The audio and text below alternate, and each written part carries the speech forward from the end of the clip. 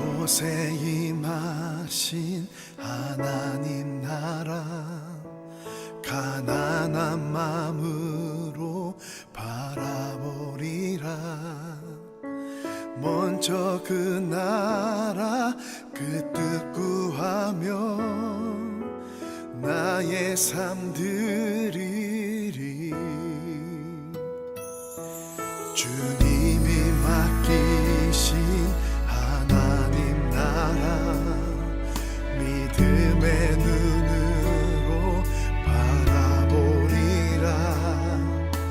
하늘의 뜻이 이 땅 가운데 완성될 그날까지 믿는다여 그 위에 서리라. 하나님의 나라는 무너지지 않으리.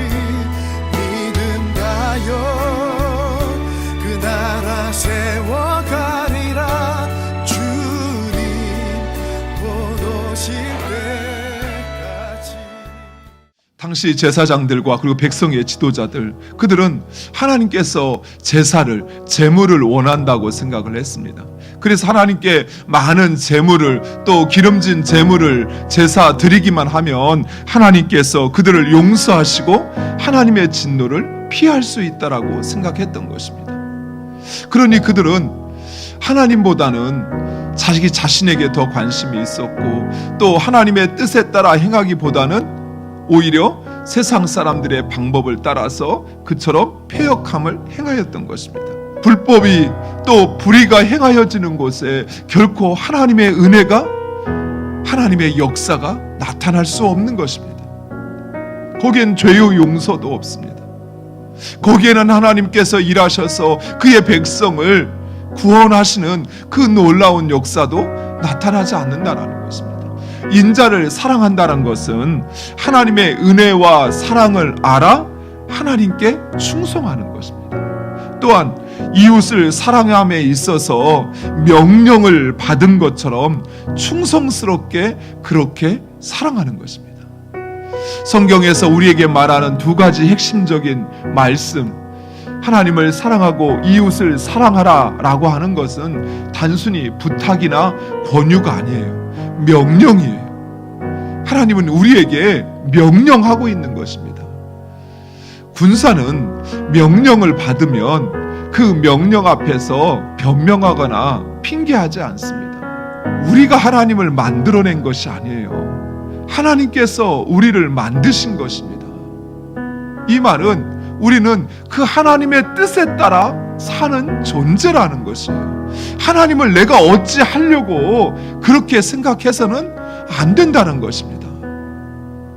하나님의 말씀대로 사는 것은 불가능하다고 생각했는데 친히 예수님께서 인간의 몸을 입고 세상에 오심으로 하나님의 뜻대로 사는 것이 가능해졌다는 것입니다. 하나님께서 우리에게 원하시는 것, 하나님께서 우리의 지도자들에게 원하시는 것, 그것은 정의를 행하는 것이에요. 그것은 인자를 사랑하는 것이에요.